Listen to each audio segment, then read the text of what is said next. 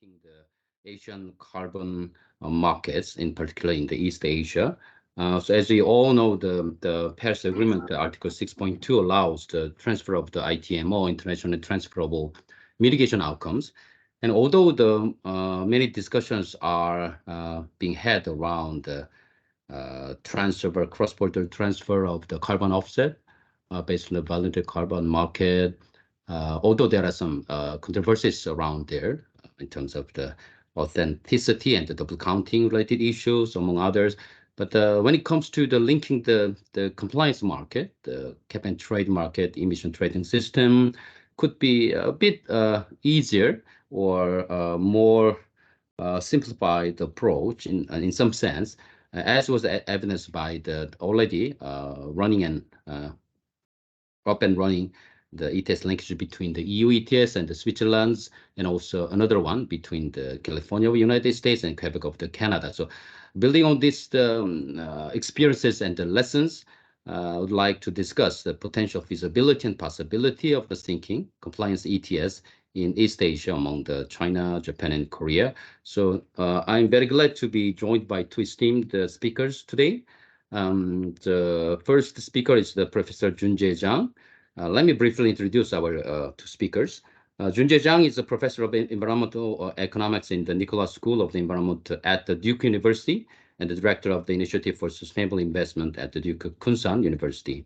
So his research focuses on empirical issues in environmental and resource economics, covering air pollution, energy transition, and climate change in particular. And the next speaker is the Professor Sun-hee Seok, who is a associate professor in the interfaculty initiative in the planetary health, as well as the graduate school of the fisheries and environmental sciences and at the Nagasaki University in Japan. So both are quite the renowned experts in the climate change, in particular the potential linkage of the ETS in Asia in particular.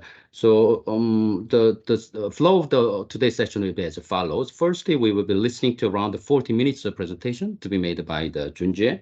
Then if there are any burning questions, we will open the floor, but we will quickly move on to the next speaker, the Professor Seok, as a discussant, but I understand mostly her focus will be on the presenting some empirical analysis based on the scenarios of linking the CJK ETS market integration. So Junjae's presentation will be focused mainly on the theoretical and practical aspect of linking exercise, and Professor Seok's presentation will be mainly focused on the empirical, the estimation of the potential impact of the linking to three ETS markets in the region. So Professor Junjae, you have the floor first. Thank you for the colleagues in the Asian Development Bank. I'm sorry for the technical glitch. I have to use my cell phone for presentation, and the slides that I share is not the most up-to-date, but no big changes. So in this study, we have been working on identifying mainly the theoretical and practical considerations in cross-border market linkage in Asia and the Pacific. We have been working on this issue for a while, and in recent years, we noticed that the development in the carbon markets is getting more mature, and whether or not it is ready for linkage and what's the prospect for future linkage. This will be the topic today. Next slide. Okay, next. So why we need to link our carbon markets? They're mainly for benefits. The first is to lower emission reduction costs, especially when we link developing country markets. And so this is the first benefit because of the heterogeneous the marginal abatement costs occurring in different countries. This incentivizes the linkage. The second, linkage can yield financial and operational enhancement. In particular, when a carbon market is small and does not have a lot of liquidity, it plays an important role in reducing the compliance costs for this country. This has happened in many countries, including in China in the first stage, in the Korean market.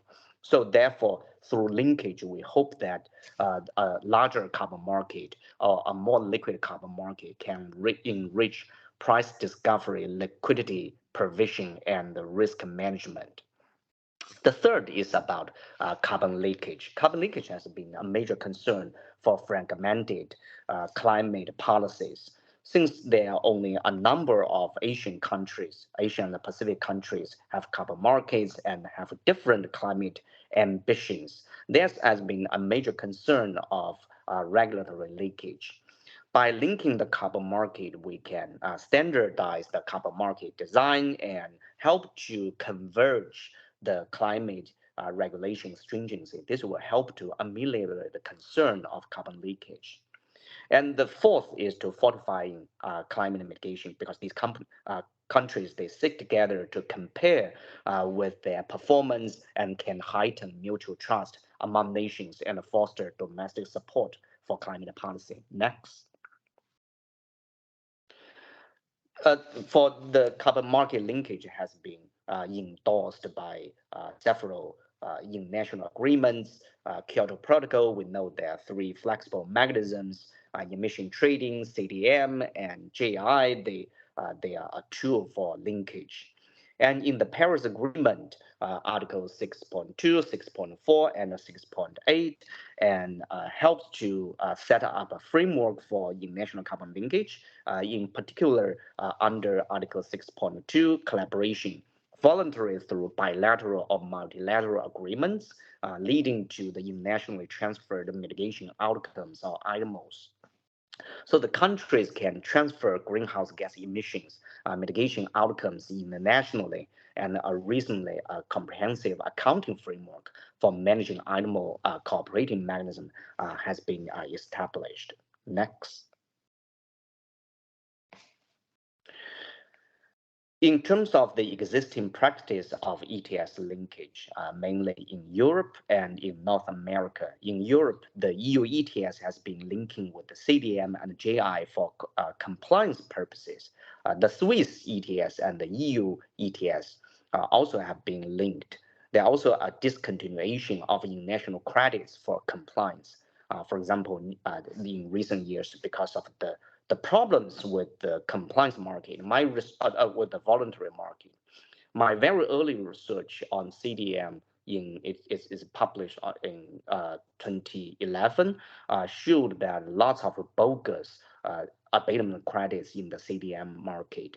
And so therefore, the CDM and the JI for these project-based mechanisms have been facing lots of controversies, and New Zealand and the EU has continued using international credits for compliance. In North America, the California ETS has been linked to the Quebec ETS. The international carbon market linkage can, through direct linkage, but also indirectly linked by voluntary programs such as Verified Carbon Standard, Gold Standard, American Carbon Registry. Next.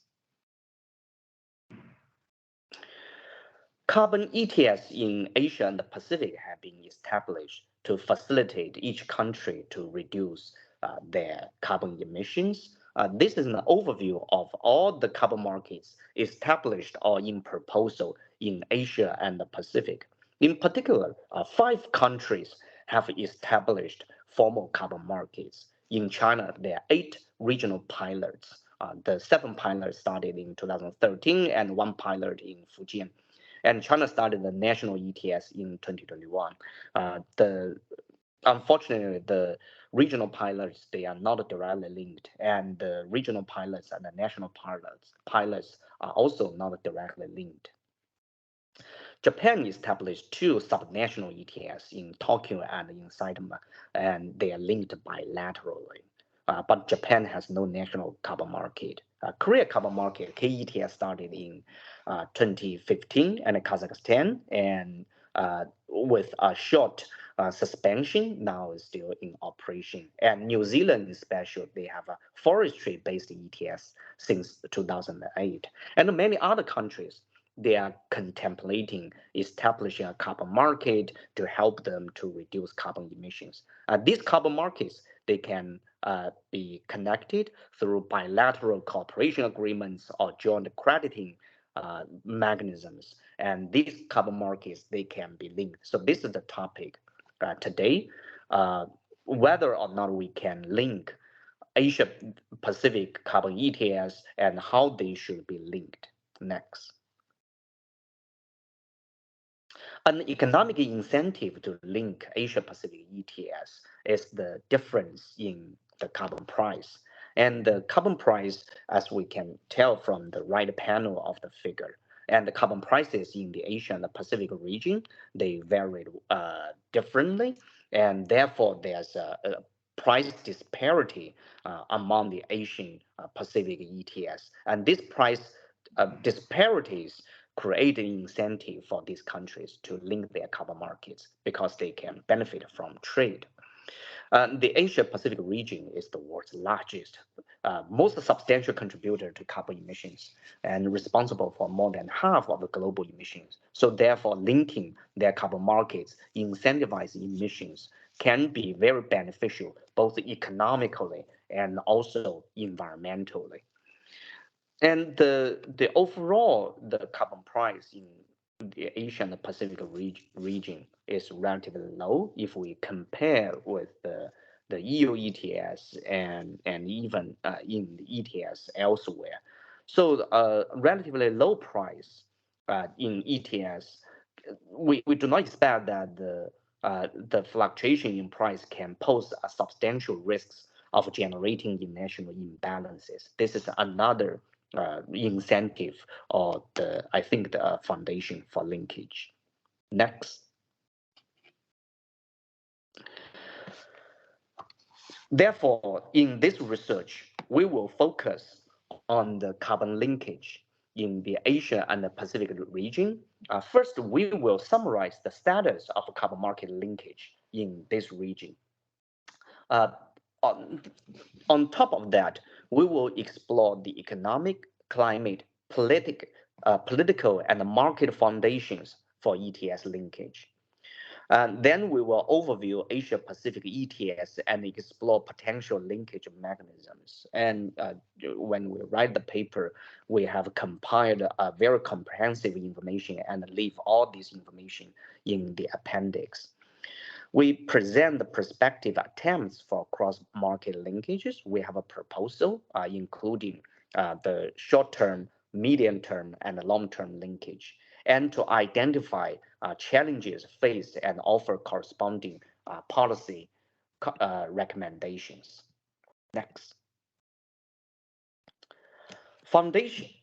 In terms of the foundation, the market linkage, we first need political trust. And the countries in the Asia Pacific regions have engaged in frequent the communications and in terms of the economic relationship and the climate and the environmental relationship, because countries, if they have the greater propensity for collaboration, and also if they have pre-existing trustworthy relationship, tend to easily to link their carbon markets and also align their climate frameworks. And in Asia and the Pacific regions, we think the foundation is solid. The many Asian Pacific countries have initiated interactions about the climate change and environmental issues.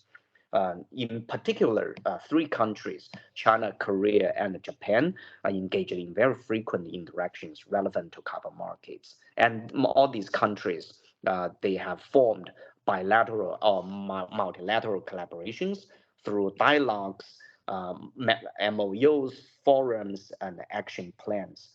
These are very good to build political trust to link their markets. Next. Next, please. Okay. Asian Pacific countries also have mutual economic interdependency. These are bilateral trades and economic growth level for Asian Pacific countries. I won't spend too much time, but for Asian Pacific countries, all these five countries, they are mutually major trade partners. Now, this serves as an economic foundation to help to link the market in this region. Next. And the Asia Pacific countries are also under major and the region collectively responsible for more than half of the global emissions. And many countries are major emitters, especially China. These countries, they are under major pressures to reduce their emissions in terms of the per capita emission. And these countries are not low anymore. And even China and Kazakhstan, these countries, all these countries, their per capita emissions are far above the EU 27 level. So therefore, they have under now major pressure to reduce their carbon emissions. Next. The 5 countries have established carbon markets and also they have set their climate targets. And these climate targets are comparable.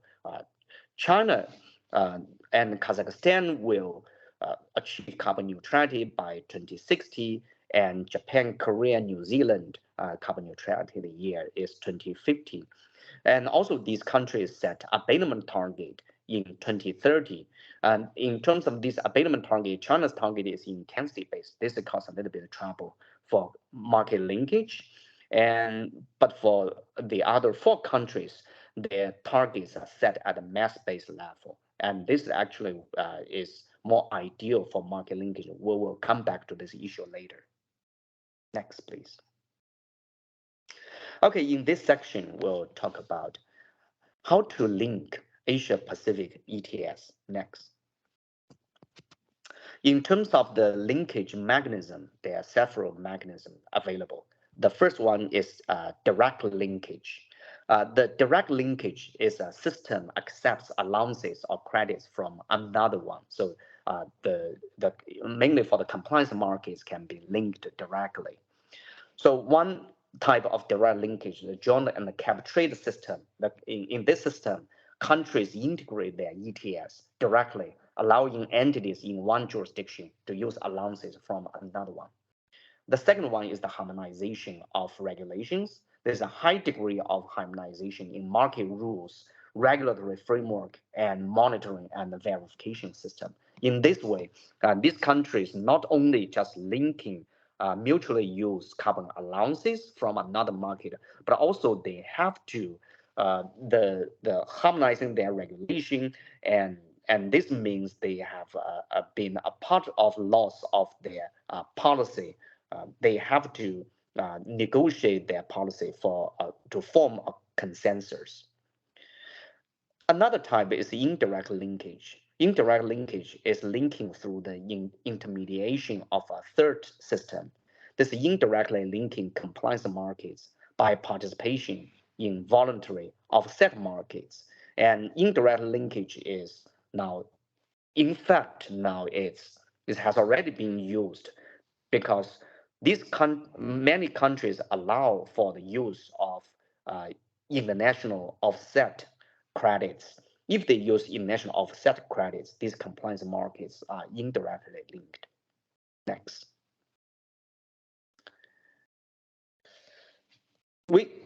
In terms of a direct linkage, there are 2 types of direct linkage. One type is one-way linkage. One-way linkage means only the one system allows covered emitters to buy allowances or credits from another system, but not in the other way. So therefore, this is a one-way transfer of credits and another way transfer of fund. So this is a one-way linkage. And this linkage is asymmetrical and may have a different regulatory framework or levels of developing. So this is also called unilateral linkage. Another way of direct linkage is a 2-way linkage, or called a bilateral multilateral linkage.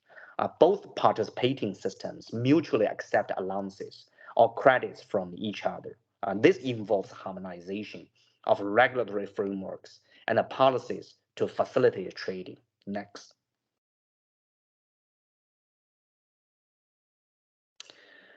How to link, since we have indirect linkage, direct linkage. Direct linkage, we have unilateral or bilateral, multilateral linkage. So how can we link Asia Pacific ETS? And here, this is our proposal. The first, we argue that we should eventually link use bilateral or multilateral linkage, because for unilateral linkage has a major disadvantage.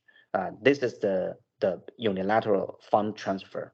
This is in cases of unilateral funds transfer or the credit transfer can cause political disputes, and also the uh, become no one wants the carbon linkage becomes a vehicle for cheap compliance. This is just not politically acceptable for many countries. The second is that for bilateral or multilateral linkages can adapt to situations when marginal abatement costs change. For example, and for China today, its marginal abatement cost may be low. However, after 2030, when China has a hard cap for carbon emissions, its marginal abatement cost will increase. We don't know how much, but it will definitely increase, and the marginal abatement cost situation will change, and especially compared with the countries they have already taken the hard caps, the mass-based caps. So in this situation, the bilateral multilateral linkage can adapt to the new situation. So therefore, we argue that carbon market linkage can be implemented in three stages. In the first stage, each compliance market can be further developed and prepared for linkage. So this is the in the next couple of years what we should do. The second, when the carbon market they become more mature, the compliance market can be linked indirectly through the voluntary markets. Third, the compliance markets will be linked directly with restrictions on the conditions under which allowances can be used for compliance. Next. We summarize our proposal in this diagram. So therefore, in the short term, we should focus on the domestic market integration, in particular for China.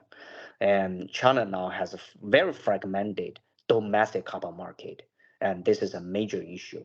And for Japan, also, the national market has yet to be established.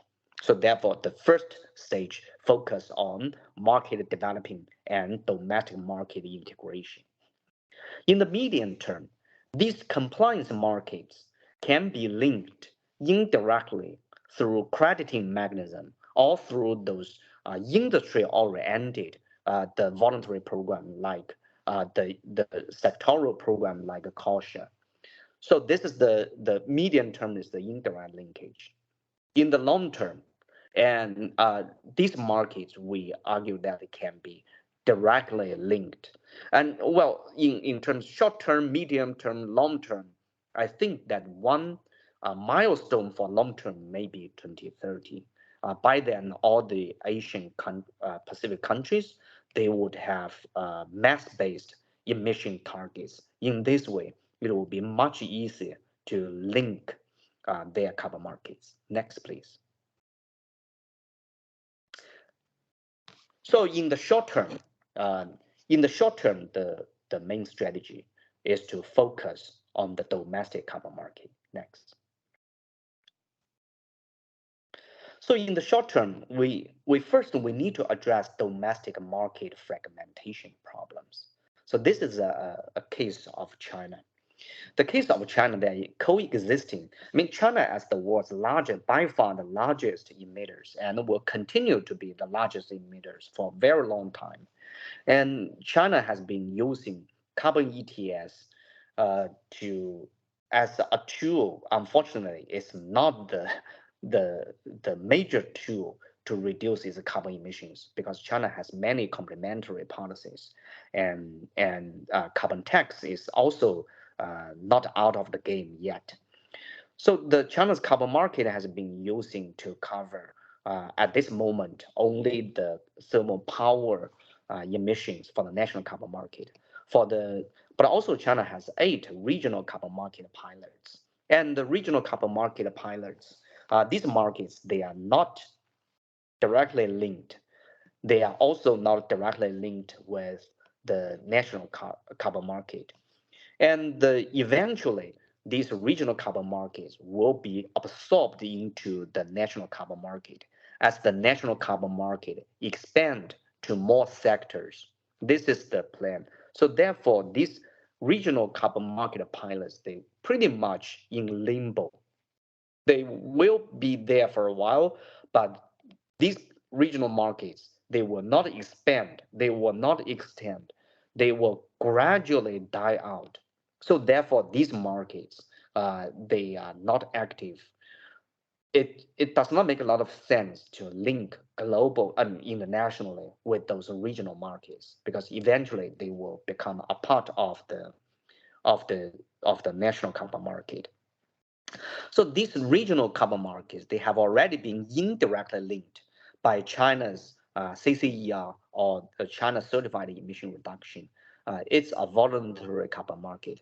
Recently, China this year restarted the CCER market. However, there's still controversy whether CCER market can be a credible offset mechanism. There's still so the China is very cautious on that to avoid the previous problem in the CCER market because for a poorly designed voluntary market can lead to the inflation of carbon credits and lead to bogus emission reduction.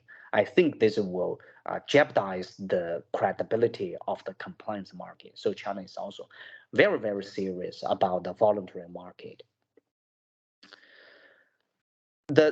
China's linking of regional market pilots as well as the national market using the CCER can provide a lesson and experience for exploring linking of Asia Pacific carbon markets.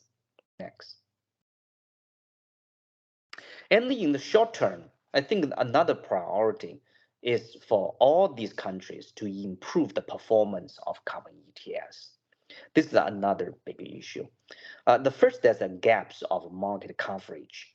Currently, only the EU ETS and the Kazakhstan ETS set emission caps exceed more than half of the country's total emissions. All other countries need to expand their market coverage.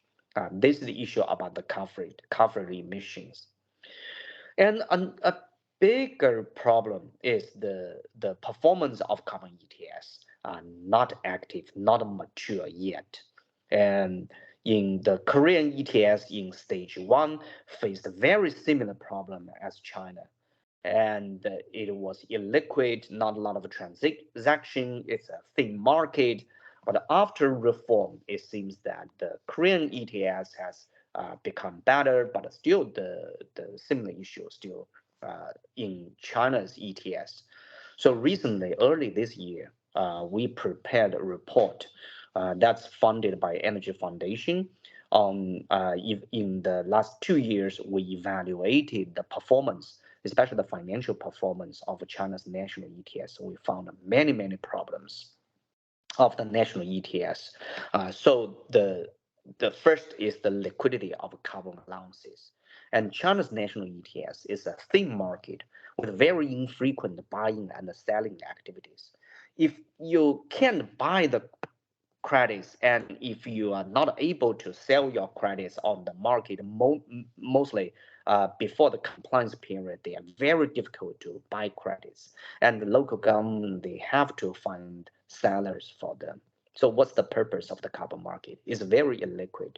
And the second is that for China's carbon market, only allows compliance entities to trade in the market. And the involvement of non-compliance entities, they are allowed in the regional pilots, but not in the national carbon market. So therefore, we argue that we should introduce financial institutions, carbon asset management companies. They will help the market to play a more active role in price discovery, liquidity provision, and risk management. Also, in China and in some other countries, in China's national carbon market, it's only a spot market.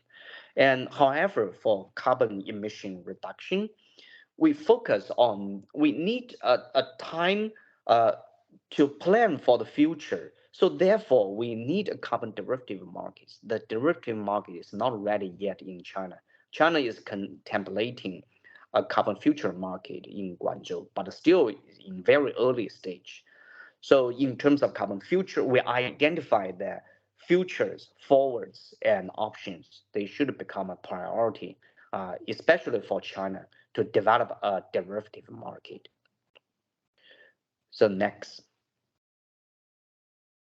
So therefore, our key argument here is that in the short term, these carbon markets, they are not fully ready for linkage yet.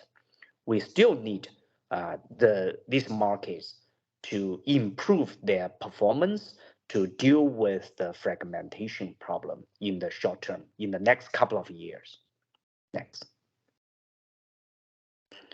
In the medium term, we argue that the Asia Pacific carbon markets can be indirectly linked through voluntary carbon markets.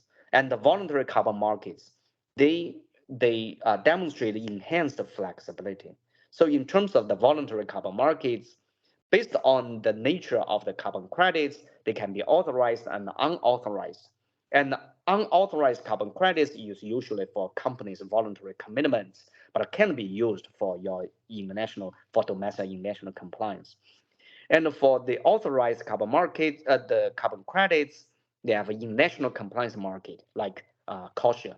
And also there's a crediting mechanism such as domestic compliance markets can be used for NDC coverage or non-NDC coverage. Next. To linking using offset credit mechanisms. And the first is about the using of international credit mechanisms such as GI and CDM. Well, the GI and CDM, those mechanisms, so they gradually fade out. So it does not make sense to make this mechanism a linking mechanism anymore. The second is the independent crediting mechanisms. They lack standardized process to be recognized as convertible to NDCs.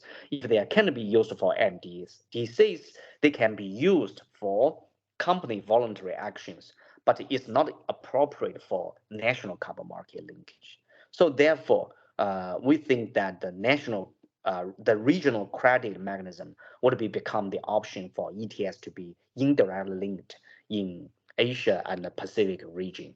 And this is the right panel is a summary of the using of crediting of those carbon credits. It has been increasing in recent years. And the Korea offset credit mechanism is the largest among the other markets. Next.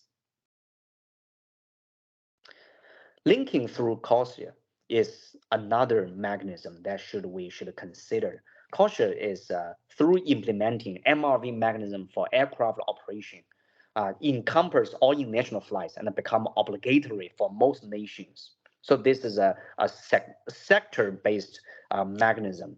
COSIA purchases offsets from accredited programs and applies them to international flights. So therefore, the projects under COSIA can facilitate international carbon reduction with cross-border flights. So this can be served as a precedent, offering insights can be extrapolated into other industries, like a sectoral-based approach with transnational dimensions, in particular for international shipping, can follow the similar mechanisms. But of course, like many other sector-based approach, the many criticism exist regarding COSIA to link efforts in carbon emission reduction. Next. In the long term, I think that eventually these carbon markets can be linked directly. So this is our proposal. Next. In the long term, we believe there's a perspective full linkage of these compliance markets in the Asian and Pacific region. So the full linkage can be achieved after restricted linkage, and especially China, Japan, and Korea are suitable candidates for full linkage due to their geographical proximity, economic interdependency, and the climate goal alignments. So in order to link these carbon markets fully, there needs to be a harmonization of cap types, and the Asia Pacific ETS will eventually employ absolute caps after 2030, so this creates a foundation for linkage. The second is the allocation method consideration, the combination of auction and free allocation in particular. Free allocation includes benchmarking rather than grandfathering. But eventually, I believe there will be some auctioning too, and our auction mechanism will help with the linkage too. And the third is the sector diversity. That's an advantage. Different countries cover different sectors. This is an advantage because non-overlapping sectoral coverage is a good thing for linkage because heterogeneous marginal abatement cost help and motivates market linkage. Next. So the first is about the market coverage. The market coverage needs to encompass compliance and voluntary participants. And most Asia Pacific carbon ETS, they cover both markets, except for New Zealand. And the New Zealand only exclusively operates a compliance market. So the regulations governs the utilization of credits, of offsets and credits with quantitative restrictions, which varies from country to country. China and Korea can use 5% from voluntary markets. Japan's up to 50. Kazakhstan, there's no limit. In the future, there needs to be a harmonization of the using of credits in the long term. And except for the Korea ETS, all other countries restrict the use of offsets to domestic credits for offsetting emissions. This also have a big impact on the linked markets. So therefore, needs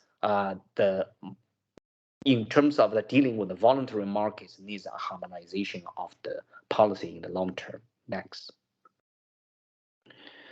The second is the converging to absolute caps. And the emission coverage differs with Korea covers 86% of the emission, and Japan, another extreme, only 2% of its emissions. So therefore, for caps needs to expand its coverage. In terms of a cap setting, that absolute emission caps in Korea, Kazakhstan, and New Zealand, and there's also intensity-based emission caps. That's for China's national ETS, and Japan's two subnational ETS. But for China, it's the carbon emission peaking by 2030, and Japan's compliance of the total emission cap. That's a de facto they have now the absolute cap, now or eventually. Next.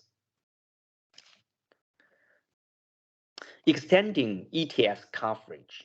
This is also an issue that needs to be addressed in the long term. In New Zealand ETS, there's a power building industry, transport, waste, and forestry in the compliance market. China's ETS only thermal power sector now, but in the future it will expand it to petrochemicals, chemicals, building, iron, steel, non-ferrous metal, paper making, and aviation. So therefore, there's still big room for expanding the sectoral coverage, and this is important for the long-term linkage. In terms of the types of greenhouse gases, China, Japan, and Kazakhstan only cover carbon dioxide, will eventually evolve into to cover all 6 Kyoto greenhouse gases like Korea and New Zealand. Next. Increasing the share of auctions will be helpful for the market to for price discovery in the primary market. The allowance allocation can be for free and for auction. The free allocation can be benchmarking and grandfathering. And a different allowance allocation approach will affect industrial competitiveness.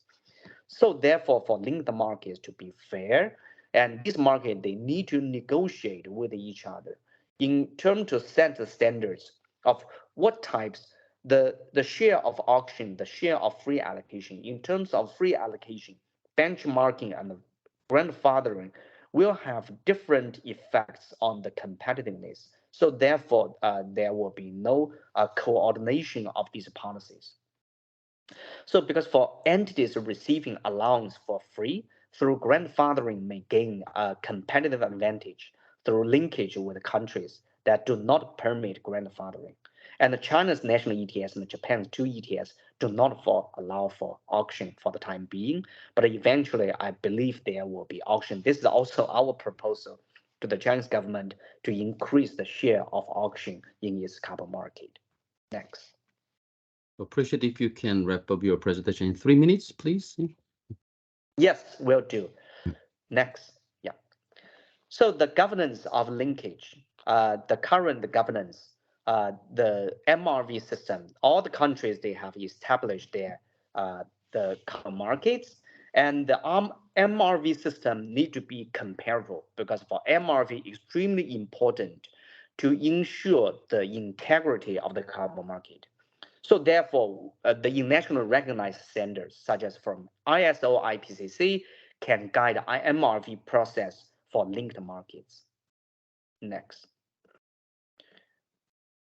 The second is to coordinate the market stabilization mechanisms. And different countries have adopted very different market stabilization mechanisms, such as a price-based mechanism and a supply-based mechanism. These mechanism needs to be coordinated, because now if in the linked market, one country's price stabilization action will affect another market. So therefore, they need to coordinate their stabilization efforts. Next. The third, that enforcement is extremely important, because the in particular financial penalty for non-compliance must be robust, exceeding the cost of non-compliance. Otherwise, the companies might choose non-compliance instead of buying credits, and they will defeat the purpose and also will inflate a large share of non-compliance, will inflate a linked carbon market and cause a negative impact on the compliance in other countries, and also affect industrial competitiveness across countries. So therefore, these countries, they have already established different penalty mechanism, but the bottom line that the penalty needs to be above the non-compliance. Next. Last two slides. So the first, the challenge.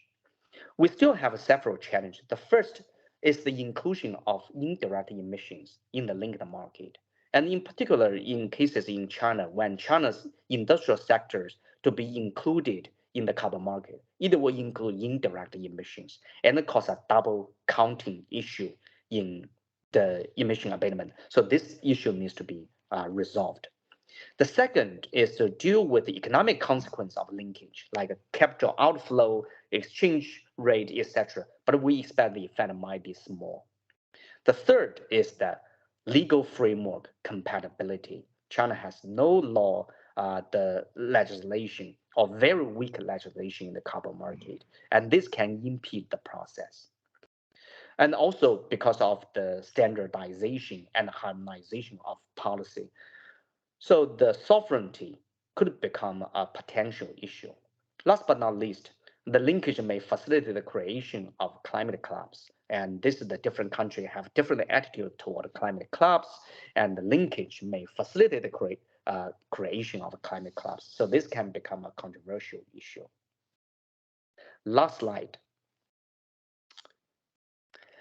To summarize, this is our proposal.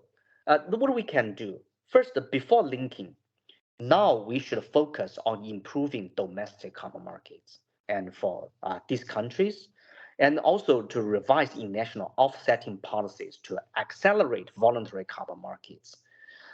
Third is to regularly update NDCs and establish a national registration system for ITMOs. So this is before linking that we can do in the now. After linking, we need a multi-party communication platform. That's a legal MRV framework for compliance tracking, for authorized cooperating organization for trading infrastructure, international carbon allowance calculator, to avoid double counting and strengthen financial regulations on the market misbehavior. And last is to cooperate policies to ensure the environmental integrity. So I will, my presentation will stop there. And if you have any question, I'm happy to discuss with you. Thank you. Thank you, Junja. Thank you very much for your very comprehensive the presentation on the detailed description of each and every ETS market working and being implemented in the region, and also potential scenarios of linking, in particular, 3 ETSs of China, Japan, and Korea, and also taking some practical steps. First is strengthening the national ETS, then as an intermediate step, linking indirectly through the VCM, then ultimately linking the compliance market eventually. So before we move on to the Professor Sok's presentation on the basically macroeconomic expected impact of the carbon market linkages of the 3 ETS in East Asia. So my quick question or comment to you is that I totally agree with your the short term and the longer term recommendation, but in the intermediate term, utilizing the VCM as an intermediate step.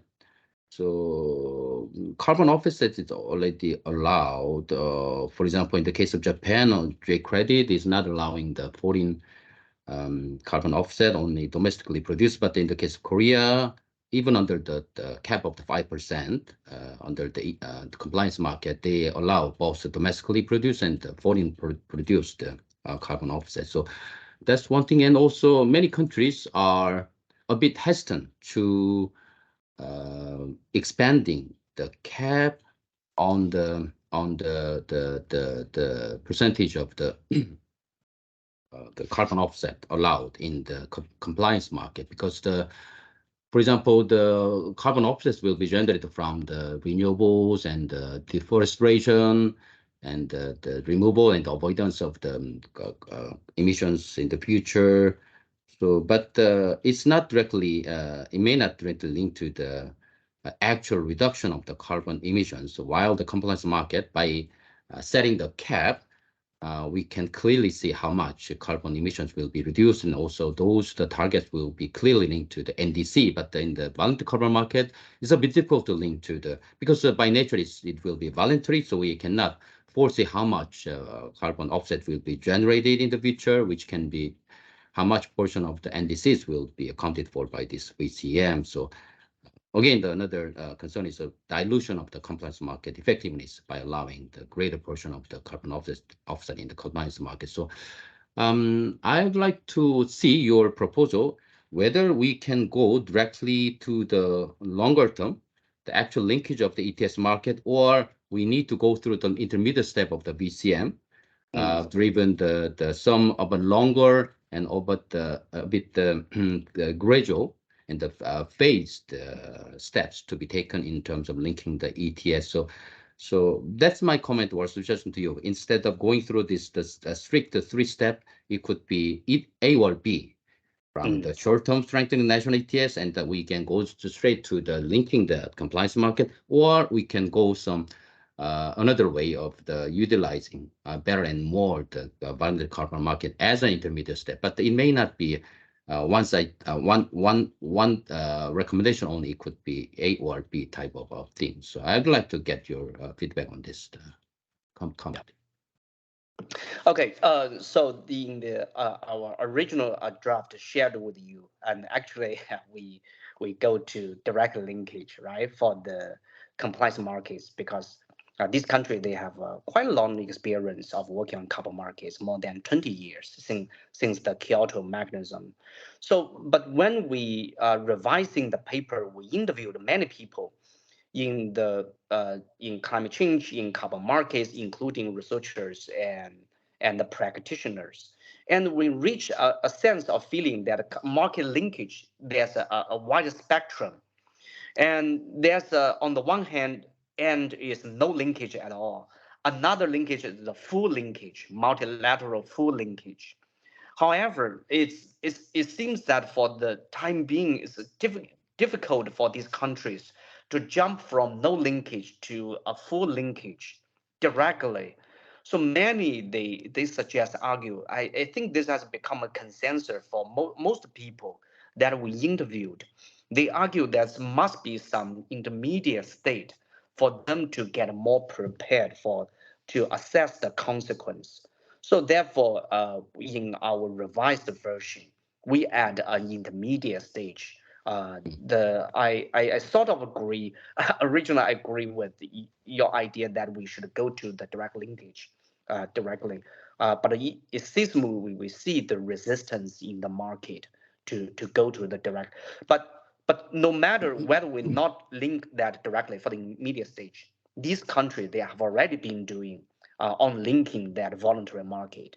I think the short term and the medium term they even could be combined, right? They are happening simultaneously when improving their domestic market at the same time they are indirectly by the international market. Eventually, I think many countries will allow for might allow for international credits because we haven't gone into the deep decarbonization yet. For example, for China, the marginal payment cost is still relatively low. But what if after in 10 years, when China is getting, say, big trouble in energy transition, so it will definitely will allow for the carbon credits from overseas, like from the Belt and Road countries. I think this is alive in the policy debate. Okay, I see. I also see that you have also included one more proposal of the introducing the regional crediting mechanism, which can make up for some of the loopholes in terms of authenticity and the validity of the voluntary carbon market to be generated, created inside the region. That could be one good proposal.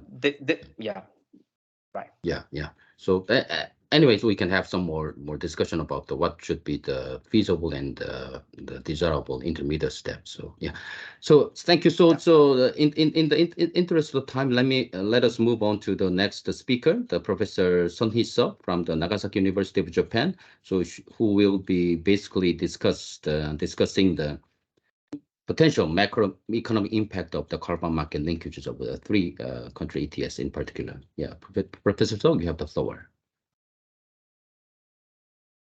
So Dr. Kang, thank you so much. And then Professor Zhang, thank you for your presentation. Yeah, I also would like to discuss about the intermediate step using the joint crediting mechanism, but let me discuss about that later.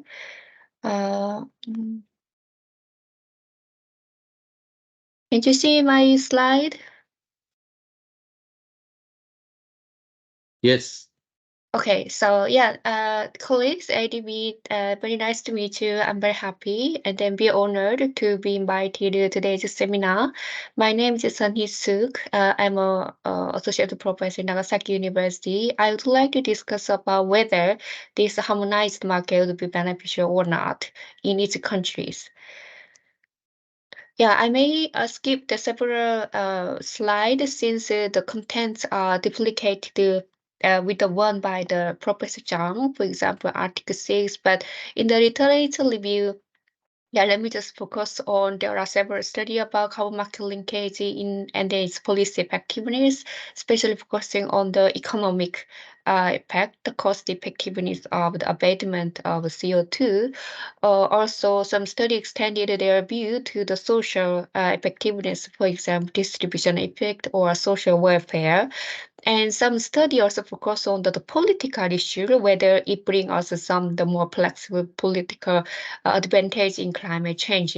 So overall, I can conclude that most of the study centered in the European area, focusing on the EU, and also, many of the study agreed that there are some positive effectiveness of this expanded market in many aspects. So yeah, also skip this part. Professor Zhang very detailed explained and what types of linkages there. So yeah, I'd like to introduce my project. I have been working on this part several years, and then currently, together with the Kyoto University, Nagasaki University, and Cambridge Econometrics in the UK, that we are working on the China, Japan, Korea, CJK joint carbon market. So we have been overview the policy, the progress and status. At the same time, we review the literature review so far. And more importantly, we studied how the harmonized carbon market would impact to the macroeconomy and environment of the East Asia region, especially China, Japan, and Korea, by comparing the individual market and the joint market. So let me go into the scenario, but before going through the scenario, Dr. Zhang slightly mentioned this three region has been already discussed. The future integrated carbon market in the level of the Ministry of Environment. So I was part of the secretariat in Japan during the second and third forum of carbon pricing. So yeah. And then by chance at that time, the main topic was the feasibility and then the necessity of the carbon pricing, joint carbon pricing market in this region actually. But after that, I moved to the new job that now currently Nagasaki University. So I couldn't join this meeting because this is a closed meeting. But I updated from my colleague, and then yeah, discussion has been progressed. But however, there are very few scientific findings regarding this joint market policy effectiveness from the academic side. So I would like to contribute in that sense. So we have been reviewed all the scheme for each country. I don't go to the in deeply there since Dr. Zhang explained it, but let me just pointed out the three countries, the current scheme has a different layer of the law. For example, Korean's ETS is founded very the awful law. However, Japan actually not. And the ministry who authorized this scheme are also different.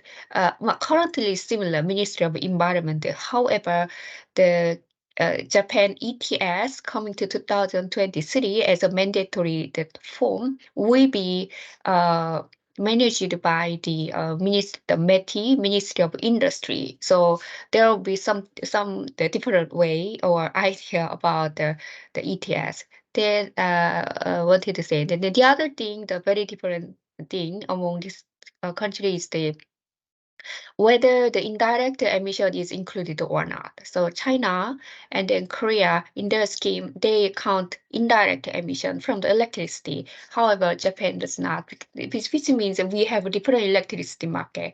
Actually, this is one thing very important when you think of the joint market system.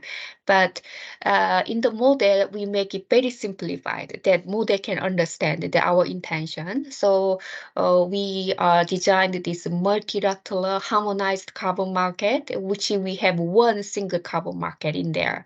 Then we exogenously input this carbon market and then see how it impact the macro economy indicators and then greenhouse gas mitigation effect. And to do so, we set up the scenario. So we adapted as a baseline scenario the study output by IEEJ from the Japan. And so we used to use this one for a long time, more than 10 years, and it comprehensively actually projected the BAU level, the with or without the decarbonization policy. So we adapted the baseline scenario. This IEEJ is one. And as a policy scenario, we set up three different sets. The first one is here. There is no any decarbonization policy, but only carbon pricing was applied for all sectors. And then we have scenario 1 and 2 under this set. And the second set, okay, we have a decarbonization scenario as well as carbon pricing, but this carbon pricing only apply for the selected sectors, which the current scheme covered. And also scenario 3 and 4 individual and the linked market was compared. This table show what kind of decarbonization policy we incorporated in the model. We couldn't put all the package the government has, but the energy system and the building transportation policy are included. And the third set is about CBAM. So what if the EU have a high level of CBAM, and then at the same time, if we have a joint carbon market in our region, what will be happen? And then we set the CBAM will start from 2023. The first sector will be only energy intensive sectors, and then we gradually extended in the model. As scenario 5 and the 6 is similar with the previous one, individual carbon market, linked carbon market was compared. And the other model design was as follow: carbon offset. So we allowed 5 and 10, 15% carbon offset from the third part, not Japan, China, Korea. But this one happened as a sensitivity analysis, but now I'm still on the analyzing, so the result I cannot show you now. But initially we found out that not that big differentiation. But anyway, yeah, I cannot show this result today.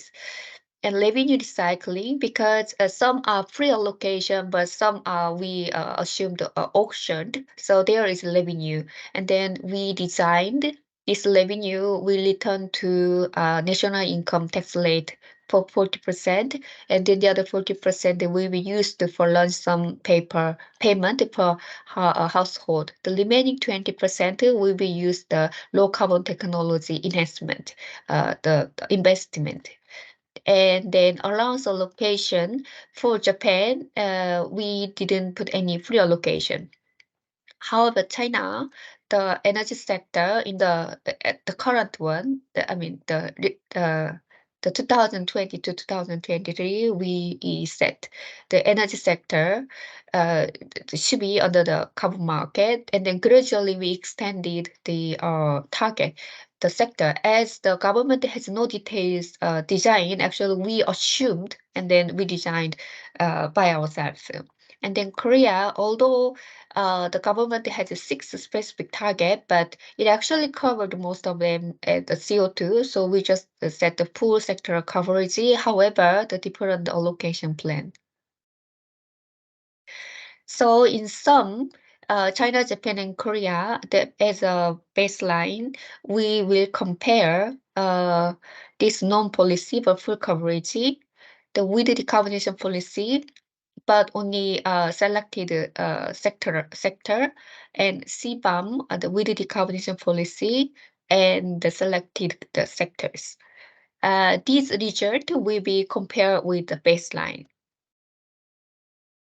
Okay, then we applied E3ME model, the latest version 9.0. So this is recognized the most advanced model, and which is very often used to energy, climate change, and environment-related policy effectiveness analysis in the EU.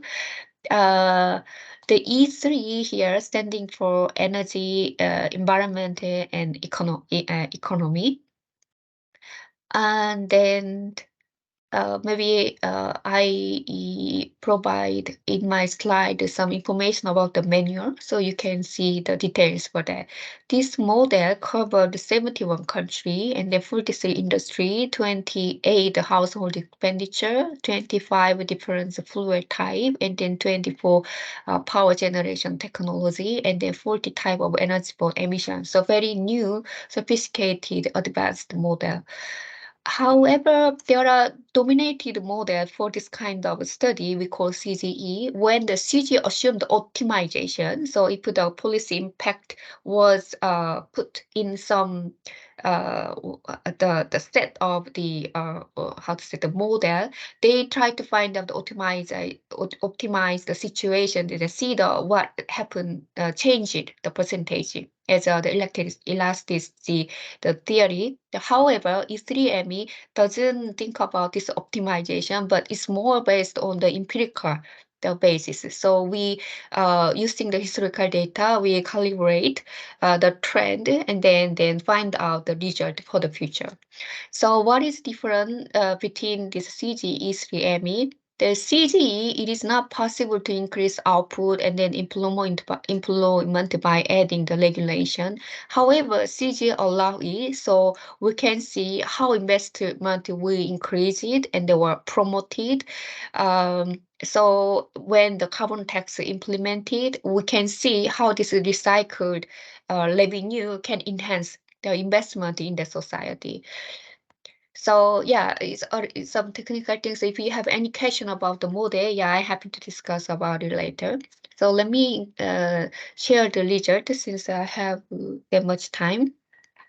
So the first thing we do is that estimated the carbon pricing to achieve this carbon target. So as Professor Zhang explained, we have the target 2030 and 2050. Since the model is only applicable by 2050 at the moment, we try to do 2100 actually, but the model result is not stable. So currently we just only by 2050. So although China is target 2060, we couldn't actually do that. So we assume that here, as in the harmonized market, we are having one single target in this region. And then this is also our assume based on 2008. So we calculated the absolute the mitigation target based on 2008. Then model endogenously estimate how much the price level of carbon pricing we need to achieve this target. Then after that, we exogenously input this target as a policy impact, and then see we analyze the how this carbon price impact our macroeconomy and the CO2 reduction. So the first one is carbon pricing. So as you can see, the red part is China, blue Japan, and then green is Korea. The price has shown the same trending, increasing by the time. And then if you can see, this is so small from me. If there is no any the policy, that would be actually the most lower price. But if there is a CBAM outside, actually the price increased in the three countries. If you see the price in 2030 for each country, you may find out Korea actually they have to bear very high level the carbon price. Even 2050, it become over 10,000. All right, these are all on the national carbon market. When we have a carbon joint market, what will happen? In 2003, the green, please see the green line, the joint carbon market's price is lower than the three countries.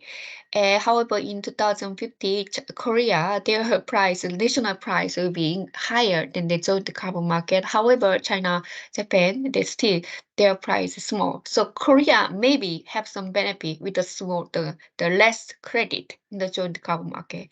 When it comes to CBAM there, actually this joint carbon market also increases. Still, Korea in the benefit side with the lower price. However, Japan and China, actually they are not have any advantage from in terms of the price level. CO2 reduction pathway, since we found out the carbon price level to make our mitigation target, it is will be decreased. However, there are some minor differentiation depending on the market type or the whether with or not the policies there. For example, China. Actually, I colored the letter, but the screen show me without any color here. This okay. So China, their reduction effect will be larger in the joint carbon market. However, in Japan, if they have only carbon market without any decarbonization, maybe they would better have only single their national carbon market. But if there are CBAM and then anything other decarbonization policy implemented at the same time, joint carbon market would be beneficial for them to decrease more CO2. South Korea is different picture. South Korea, they only get advantage to reduce more CO2 without CJ, but only national in their own national market. Yeah, let me explain why these things happen, especially for Korea.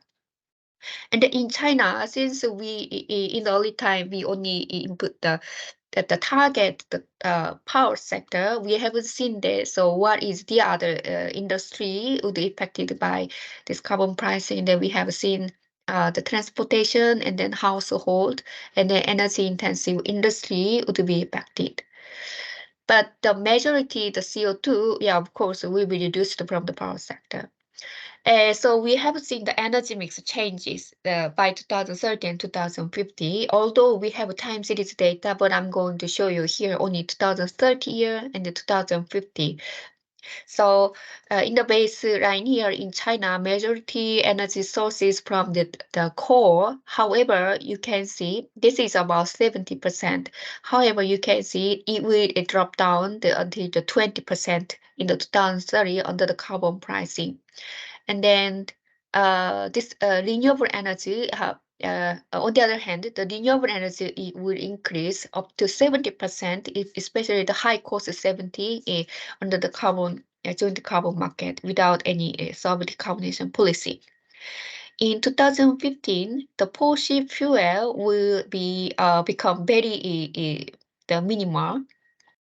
However, the renewable energy account will increase up to 80%, and at the same time, the nuclear power plant will keep their share around 50 and 16%. But however, in overall, the energy transition will be achieved under this high carbon pricing. Japan, currently we use the gases. So in the baseline, the gas in the coal account actually large part. However, the energy source will be replaced by the renewable energy under the carbon market, especially the solar and the biomass would be the majority renewable energy sources. In 2050, in the baseline, the renewable energy was only 88%. However, in 2050, renewable energy will account 90%. Also, the majority, the renewable energy will be the solar. However, considering current the wind power promotion in Japan, if we have another set updated policy, yeah, I anticipate the wind power share will be increased a little higher than this one. South Korea, their dependency on fossil fuel will not drastically change like Japan and Korea. Actually, this is the main reason that Korea have to bear high cost of carbon price. As you can see, yeah, 40% the coal power plant will be remained till 2030. And then in the joint carbon market, although the renewable energy will achieve 20 to 30%, however, under the joint carbon market, this renewable energy share will be decreased less than 20%. So joint carbon market, as I mentioned in previous slide, never beneficial for Korea. Actually, that is the reason their own the energy mixes. So to enjoy the benefit and advantage of joint carbon market, and then the how to say the cheaper credit for South Korea, they actually have to have their own energy transition first. In 2050, one thing I would like to point is that the share of renewable energy, in contrast to Japan and China, Korea still keep very high percentage. For example, 20 to 30%. Yeah, this is their energy basic plan, and then recently the government announced they are going to start to reconstruction. So if we update the policy, maybe there will be changed high, and then I guess is under this under the current government, the renewable energy target decreased, and then they increased the nuclear power plant. If we updated the policy in our model, I guess the carbon price in the future the Korea have to pay will be increased a lot. So the GDP impact, because I have no time, yeah, let me just skip, but I have the same data in the late, so maybe I will explain together. Here, yeah, so I summarized all the macroeconomic indicators for GDP and the investment or S. So for China, this upper side is by 2030 without the CBAM, and then the lower is the 2050. So as you can see, the GDP in early part is higher, the percentage will grow up based on the baseline, and then 2050. Since the demand of credit from Japan and Korea in early time, is increased. So this one maybe one thing that the China get some advantage from that. Then the domestic the investment increase. However, since after 2030, Japan and Korea rather they reduce their mitigation target domestically. So China only have to do by themselves, even though there is joint carbon market, they have to, how to say that they have to pay the high price by themselves. So it impacted their macro economy indicators. Yeah, for Japan, as we see the previous research, there is no any different differentiation between this national market and joint carbon market. But still, under this carbon pricing and then using this revenue, Japan can boost their domestic investment. For South Korea, it is very obvious this joint carbon market maybe not benefit for South Korea, even though they can enjoy, they can use the less cheap, how to say, the credit from the other country, because since they pay to the joint carbon market, the revenue will not stay in the Korea, so they cannot enjoy this revenue effect. So you can see the investment, the differentiation. They would better, so South Korea would better on their decarbonization, the policies within the country. They will maybe bring more boosting the domestic the investment.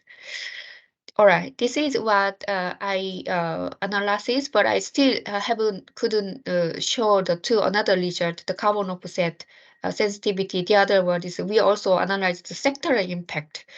So yeah, there might be, hopefully I can share the result later, the other opportunity. So in summary, I can say we need high level of carbon price to get our mitigation target in this three country. So for Korea, I have to be very careful. Although they can enjoy very cheap carbon price through the linkage market, but there will be some adverse impact on the GDP and employment. And then maybe I write down here, they are in need of strengthening in domestic energy transition policy, and then to lift up the benefit of carbon pricing policy and then join the carbon market.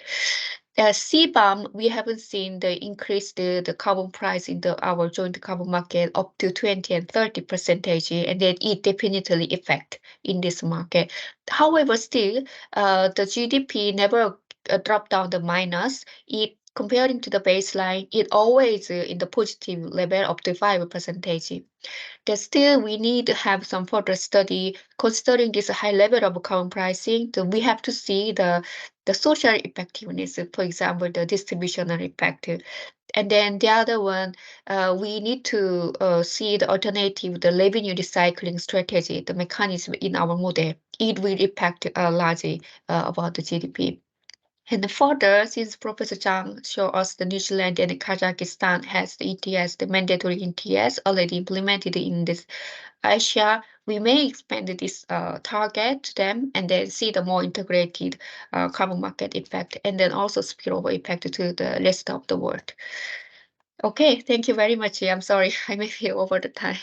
Okay, thank you. Thank you very much, Professor Sok, for your very comprehensive and insightful presentation on the potential macroeconomic impact of linking the CJK, the compliance ETS market. So I see from your presentation there could be some distributional impact. When the three ETS markets are linked, China might be having the largest benefits, in particular in the longer term after 2030, and the Japan could be quite neutral, and then the Korea might be a bit suffering some loss in terms of the emission reduction progress, as well as the GDP and the other macro. So how to handle this different distributional impact across different countries could be one challenging issue that we need to deal with going forward. So with that, I would like to, we have the 10 minutes remaining for this session. So I'd like to open the floor in case you have any questions or comments. So please feel free to raise your question and comments.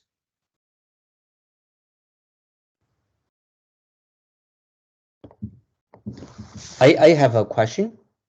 Sure. Hello, can you hear me? Yeah. Okay, so very interesting the presentation by Professor Su.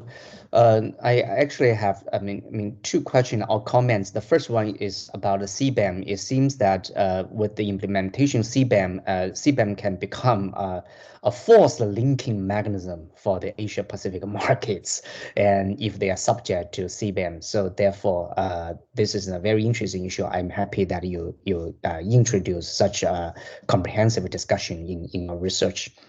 The second is I'm curious about your simulated carbon price is way above my expectation, and how we compare your simulated carbon price with the social cost of carbon. So this one comment and one question. Yeah, thank you very much. Yeah, please go ahead. Professor Seo. Yeah, the price level is high. No, I can hear my voice. I can hear my voice. Is it okay? Something. There is some echo. There is some echo. What I can do? What I can do? It's okay now. It's okay now. Okay. Okay. All right. All right. Yeah, thank you so much. Yeah, So thank you when so I much. see So when I see pricing, carbon price, okay, I will just continue. There are several types of carbon continue. pricing. There are several types of So the first thing we have done is that to estimate the carbon pricing to meet our target, and then usually this carbon pricing is quite high than the market price or carbon tax the government set up, considering the policy acceptance.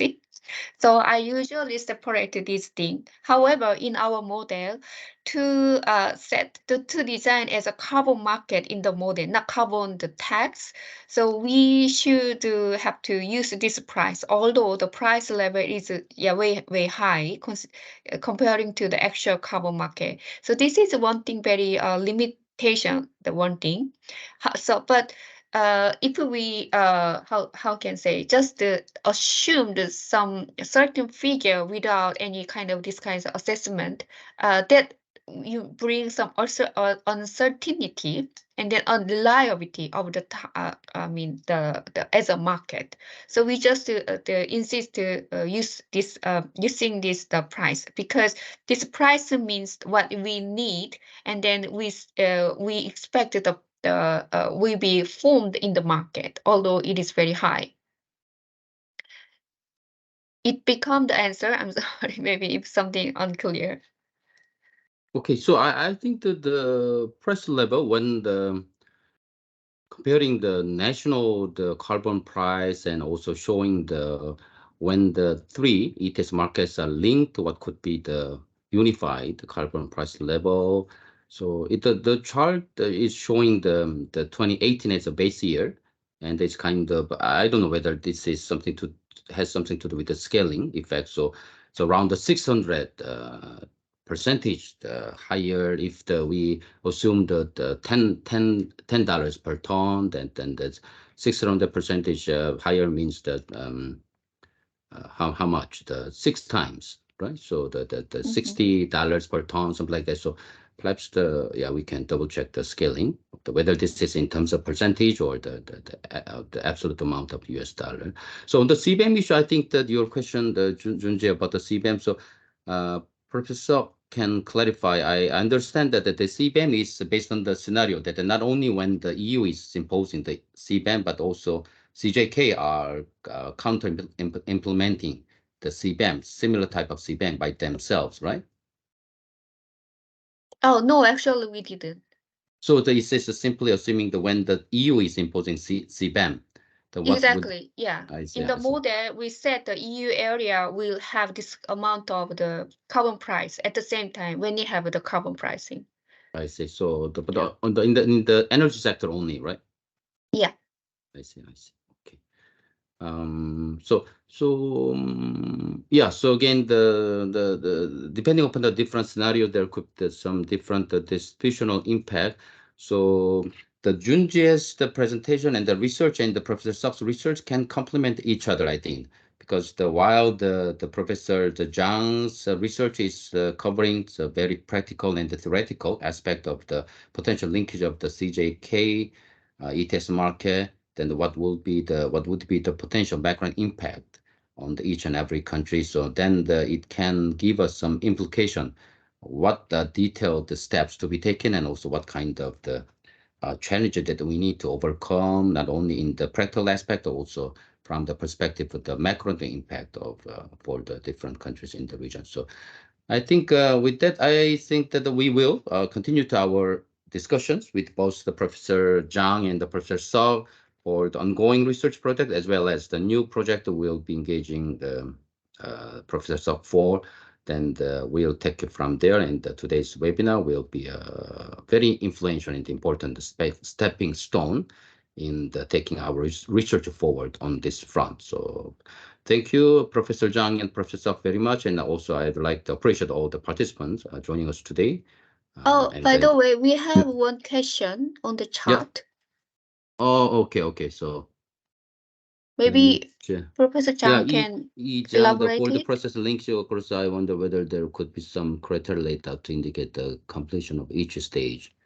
Yeah, this is more on the practical aspect of linkage. So Professor Zhang, you may some criteria in measuring the completion of each stage, short term and the medium, intermediate term, and the longer term, any criteria that we can think of.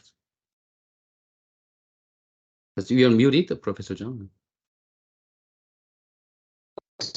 Sorry, I was muted. Okay. In the short term, I think the criteria is about measure the integration, whether or not there's a national market. This is one criteria. The second, we have several standards to measure the performance of carbon market. We can compare with in Asia. I think the one benchmark is Korea's market. Globally, that's the EU market. We can compare these indicators with EU or the Korean market to see if they have reached some level of maturity. So this in the short run. The second run is that in the medium term, I think the standards, the implementation of these voluntary market standards, if whether or not we can establish agreed on the consensus on using, for example, the share of voluntary credits, and also the strict enforcement of the voluntary market. So this will be a stand. In the long term, I think if this is the full linkage, the criteria mainly is on the standardization of the rules and the regulations, and these need the negotiation of these countries to determine whether or not their climate goals are aligned, whether their MRV system are compatible, and whether on their enforcement is reasonable, etc. This should be based on the consensus. Okay, thanks, Junji. I think there is still echoes. I think there could be various hurdles that we need to overcome in terms of pursuing the eventual linkage of the carbon markets in the region, as you have mentioned, and the different MRV system being adopted by different countries in the region, and the penalty system, and also the grandfathering versus benchmarking, and the different industrial coverage, and also China adopting the mass intensity-based the reduction target, while the other countries are adopting the mass-based, and how to mobilize convergence of different metrics and the benchmarks being used by different countries in the region. But still, I think that that's what the regional cooperation is for going forward. So I think that this has been quite useful seminar for all of us today, and then we'll take it from there, and we will continue our discussion, both of you. So thank you very much, Professor Zhang and Professor Seo, and I also would like to thank all the audience who have joined today for this today's webinar. Thank you very much. Have a good day. Bye. Thank you very much. See you again.